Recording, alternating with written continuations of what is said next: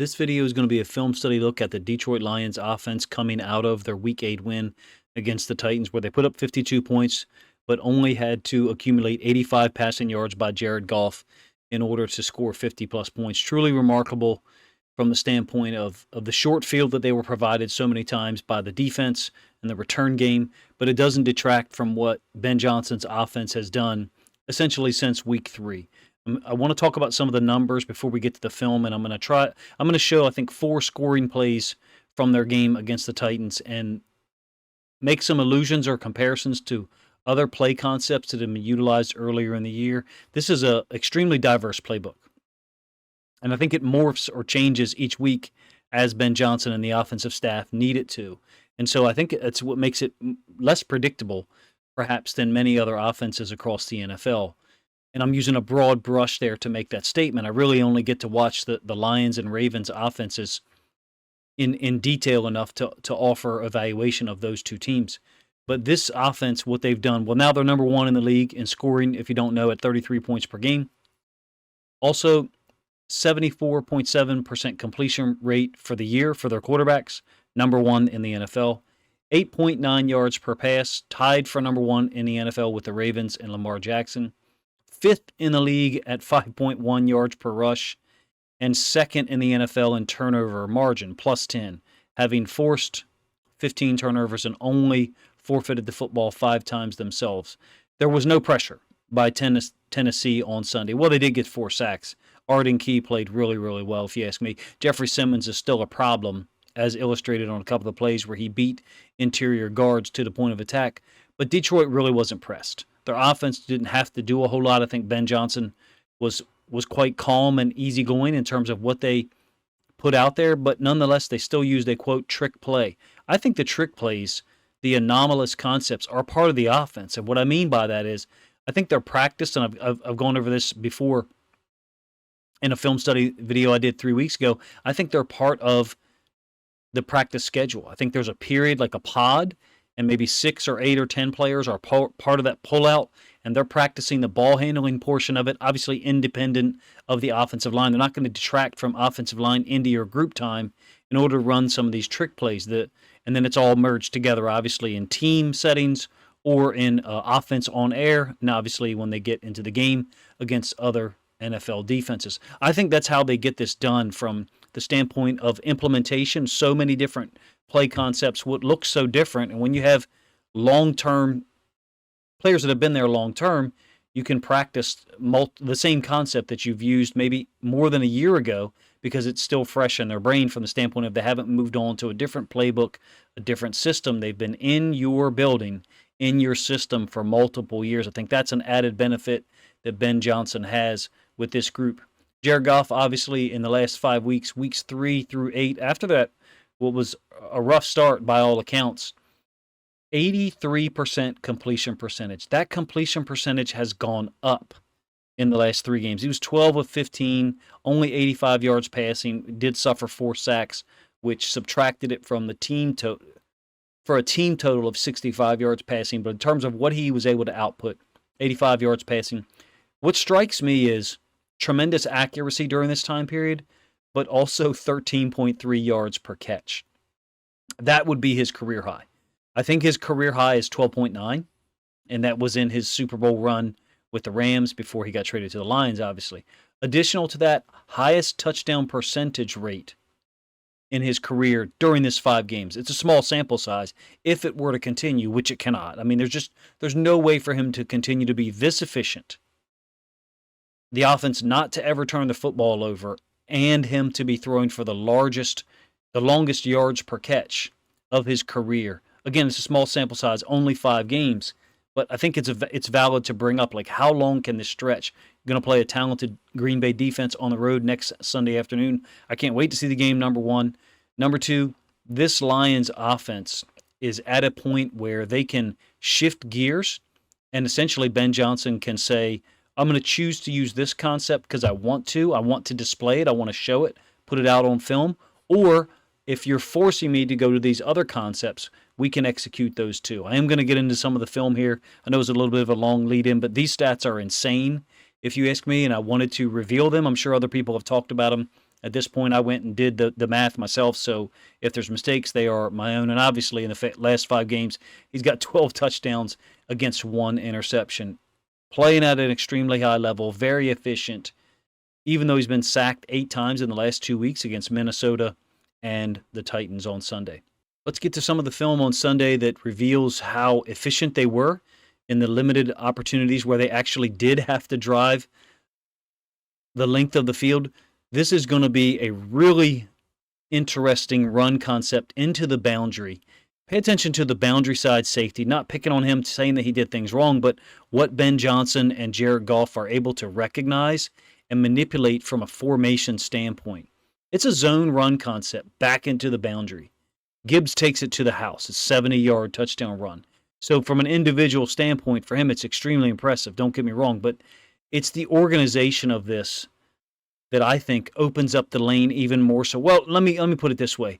That stresses the defense such that if anyone doesn't get there at the point of attack soon to deal with Jahmyr Gibbs, it's pretty much over. Or if one guy misses a tackle, because you're running it into the boundary. Check out how the pre-snap or pre-motion alignment works out. Simmons is the 3 technique, 93 is the weak side nose tackle. A-gap responsible, whether he's a shade, a 1, a 2-eye, whatever. And then when Laporta motions over, the Lions, know what they're going to get. The D tackles have shifted, and now you've got a B-gap bubble to the boundary. Off screen here for you guys, just off screen, that is a little bit of St. Brown's body being shown to you here. He's got a corner rolled up into his face. The safety, 28, is who I spot shadowed a moment ago. And what it allows them to do is take the tight end from the backside and work him up to the field side inside linebacker. It also fits really well with RPOs. So this linebacker, in some cases, may be forced to slow play things because of the threat of an RPO. Running back crossing face of the quarterback, some type of slant originating from off screen that could essentially replace the inside linebacker's drop if he goes too fast. Because of that potential hesitation or forcing him to slow play it, it allows the Lions to essentially base block on the 3 technique, base block on the edge defender, and then this is Laporta. He's going to insert into the A-gap. Why is that important? Because it allows these 2 guys, the center and the left guard, to deal with the nose tackle, in this case Simmons, and the boundary side inside linebacker. This is over. If the safety is not going to be a part of it to the boundary, Gibbs, his speed, his acceleration, it's truly remarkable what Ben Johnson has been able to coordinate and utilize Jahmyr Gibbs to do. Let's run it back one more time from the All-22. Pre-motion, Simmons is in a 3. The nose tackle up top is in a 1. Shade, 2-eye. Either way is A-gap responsible. And so now, this is the A-gap responsible player, Jeffrey Simmons. Well, the center and the left guard are going to combo up to the boundary side inside linebacker. A ton of stress on the boundary side safety. If you get any kind of block down here by the ex-receiver, in this case St. Brown, and he just appears to be running off the corner for a moment. Corner's trying to jack him up, but he's just misplaced aggression because Jahmyr Gibbs runs right by him. It's beautiful design, in my opinion. There's probably more to talk about or discuss about it beyond, my own understanding, but I think they're creating space into the boundary by formation manipulation and the threat of a field side RPO, which at this point, pretty much everybody uses. Seen this concept before from the Lions. So Jahmyr Gibbs is a little bit off screen for you guys. He's set in the backfield behind Jared Goff, obviously. And then watch what Laporta does on the backside of this run concept. Same exact thing that we just diagrammed. He picks up the backside, second level defender. In this case, I think it's a safety. We'll run it back a couple of times so you can see him pick him up. Same concept, the run, except now the run is designed to go. I think this is a designed cutback off of Laporta's block here. And I will give you the end zone angle so you can see it. You can see the crease that's been created by the lock call on the backside, whatever you want to call it for the tackle. basically base block the defensive end because we know that we're probably going to get a cutback inside of that gap. End zone angle will kind of reveal it to you a little bit better. There's your B-gap bubble, very similar to the touchdown that Jahmyr Gibbs had against the Titans on Sunday. Getting it accomplished in a slightly different fashion. Initial flow by the offensive line is all going to be to their right. And as a result, or along with that, I should say, my apologies, along with that, I should say, is you're going to have Laporta digging out the backside second-level defender. I think he's a safety, but I could be wrong. Beautiful design, taking advantage of the vision of Gibbs, number one. Number two, the aggressiveness of certain second-level defenders, particularly into the boundary. It also plays on that tendency of Ben Johnson to attack to the boundary, the short side of the field, and utilizes a somewhat anomalous blocking scheme to get things accomplished. This is the touchdown the week before in the first half against the Vikings. Not the same play concept in any way, shape, or form, but somewhat anomalous the way they're getting this accomplished. 11 personnel, putting the tight end in the backfield as the fullback, and he's going to go dig out this backside defensive end, gives Gibbs the front side to use essentially no cutback. You get the end zone angle so you can check it out for yourself. It's a 45-yard touchdown run, plugged in the offense, got them going. That's the way it works out. Offensive line all stepping to the right on our screen and their right. And then that defensive end backside is going to get cut or chopped down by Brock Wright. You can see the way that it works out front side. St. Brown, again, is at the point of attack as a blocker. Yes, Gibbs jukes Bynum, and that's all well and good, but the design of these things being somewhat anomalous, in my opinion, takes advantage of defenses. It forces them, let me put it this way, it forces them to answer questions that they very rarely have to answer. All right, so moving forward here, this is fifth possession. We're tied at 14. I think it's early second quarter. And I want to do a standalone video this week on 12 personnel ace. So this is 12 personnel ace. One tight end to the left, one tight end to the right. And in this case, it's motion from left to right by Brock Wright, play action. How does this happen? How does he get so wide open? I'm going to kind of explain that in the next portion after we show St. Brown's touchdown catch on a 1st and goal. But this edge defender, keep in mind these guys' alignments related to tight ends and or receivers. Now, you guys don't have the receiver. He's off screen. It's Tim Patrick. He's just off screen over here outside of Arden Key. But what Ben Johnson has done, if you ask me, is forced the edge defender to widen up. It's Arden Key, by the way. Forced him to widen up such that this motion threatens him in a manner where the tight end might kick him out. So Arden Key steps down, and Brock Wright just runs to the outside, absolutely wide open, no one there. I think the Titans, were extremely focused on the threat of a run concept. And I'll get into that here in a little bit. That touchdown that made it 21-14 will be connected a little bit to the touchdown on the 7th possession, I think, that makes it 35-14. So this is 6th possession, and it's a completion to Laporta down here against Hooker. It did not look like to me Hooker, who's a good football player, really wanted that matchup. It was very weird body language by the Titans in the first quarter. In fact, this happens to be in the second quarter, makes it 28-14. Again, notice the edge defender widened up outside of the tight end, and then also not touching Laporta at all on a 3rd and 7. Free release into the boundary. He's too talented. Too talented to leave those guys one-on-one with that kind of space down into the boundary, if you ask me. Initially ruled a touchdown, by the way, and then correctly ruled to have been incomplete. Or excuse me, to have been short of the goal line. Pseudo pick concept down there by, I think, Allen Robinson the third. All right, going to talk about now these tighter splits by wide receivers and how Ben Johnson is manipulating defenses down on the goal line. And it's related to what I brought up a couple times already. Edge defenders being widened up by tight ends and or receivers. Look at these DBs in St. Brown's face, in Patrick's face. Why? Because the Titans, recognize what's been happening in recent weeks. Run concept with the motion inside of the edge defender's alignment. And I will come back to this play here in a moment just prefacing it for a moment, and you can see the alignment for yourself.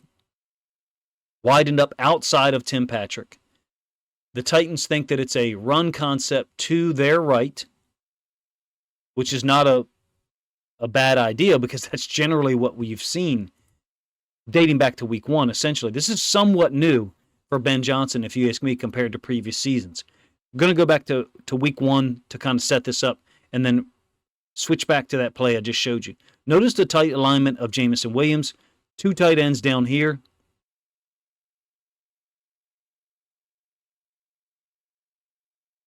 And then 1 tight end in motion, kicks out the edge defender. Game-winning touchdown run by David Montgomery to the side where a wide receiver is tightly aligned.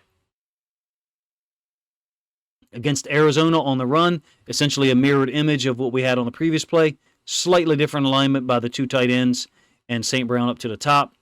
Same concept. Laporta in motion, squares his hips, kicks out the edge defender.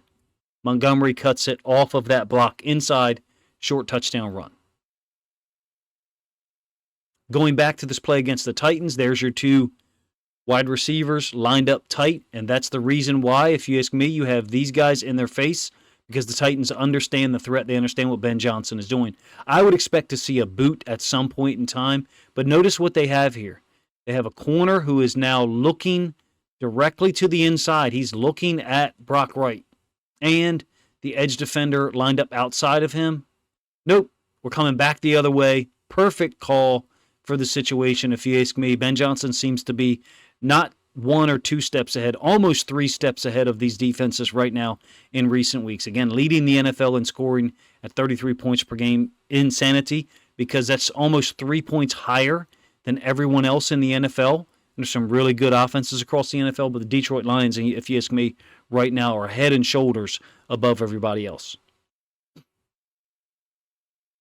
Finally, 7th possession. Going to talk about their toss plays and the usage of how, in this case, it almost ends up being a setup for the toss pass to David Montgomery, who was obviously a high school quarterback. I don't think the design of this is for Robinson to go block the Mike linebacker and leave this DB totally untouched. He kind of blitzes inside of St. Brown, and I think that's Allen Robinson III. I could be wrong there. They leave, basically those 2 guys leave the nickel defender unblocked. You kind of lose him. He's off screen here. He'll be in between St. Brown and Robinson's alignment pre-snap. Also, something to notice about some of the toss plays, they're going away from the tight end out of 11 personnel. So you're putting 3 wide receivers to one side and tossing to that side. It's not that teams don't often run to the side where they have more receivers or more eligible guys. It's that you're running away from the tight end in some of these situations. Yes, you're also taking advantage of the fact that Roger McCreary, who's a really high-level athlete in my opinion, unable to even touch Jahmyr Gibbs, let alone tackle him and bring him down.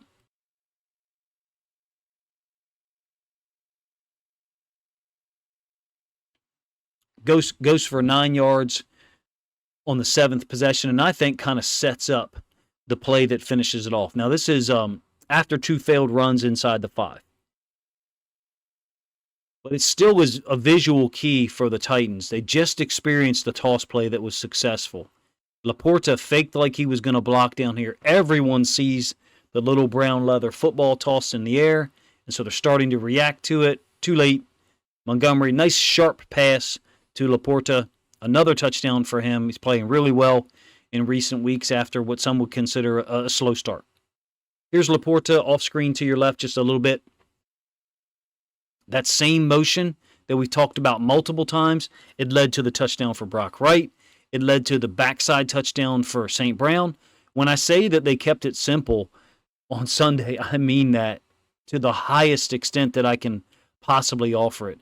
Ben Johnson and those guys were not going to show much of anything other than, in this case, a, quote, trick play, toss pass, where Montgomery, who I didn't know had an arm, puts good zip on the football, gets it out to Laporta. This game was obviously over once it was 28-14 or 35-14. The toss plays have been really effective this year, and they're one of the teams that I think makes great utilization of the short toss. They're going to add to it, in my opinion, as we get further along in the season.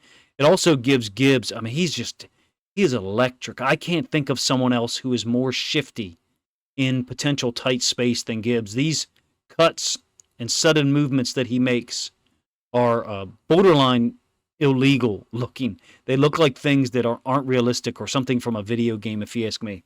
And then finally, Montgomery runs toss plays really well. Also, slightly different variety here in that you are going to toss with the tight end. So when he motions back, tossing it behind two tight ends against Arizona, you got that almost to look like you're going to double both edge defenders with the two tight ends.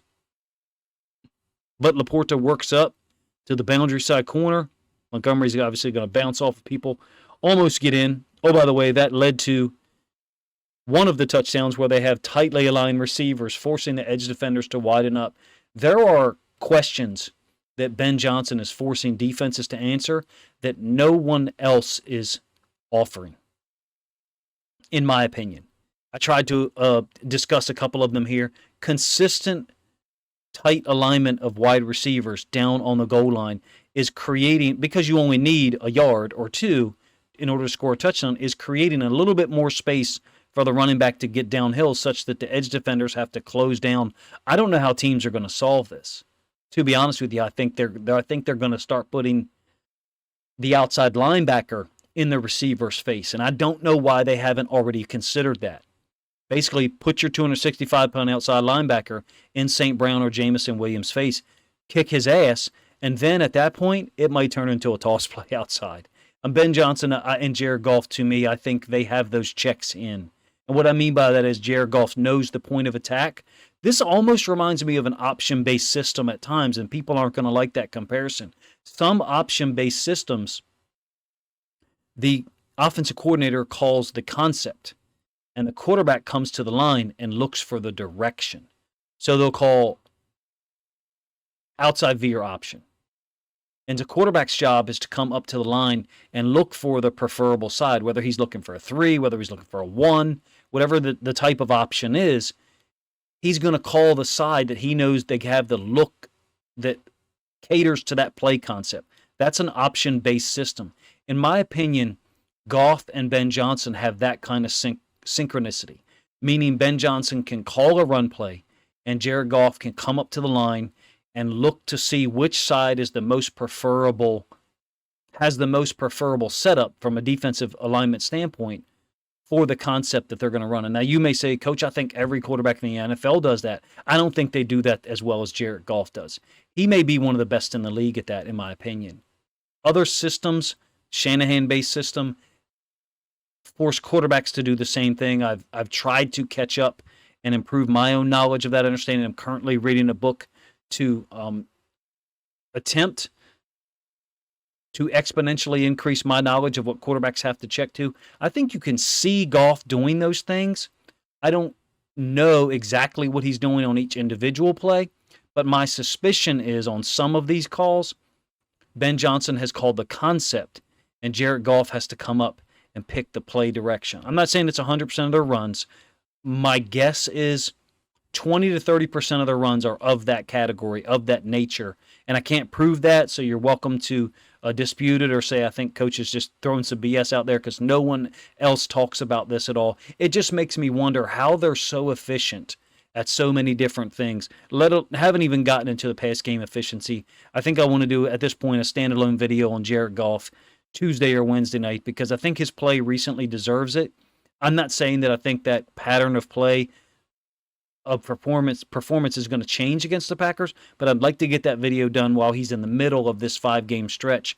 I enjoy putting things out there while players, coaches, teams, or side of the ball, offense or defense, are performing really well or poorly, and seeing how that changes as the season progresses. Basically, put my name and what I think I see on the line to be evaluated later on by people who go back and watch videos 2 or 3 or 4 weeks after I've produced them. Hopefully I explain that in a way that makes sense. I think this offense is absolutely one of the best in the league, one of the best 2 or 3 in the league. I am blessed to get to watch the Ravens offense and the Lions offense.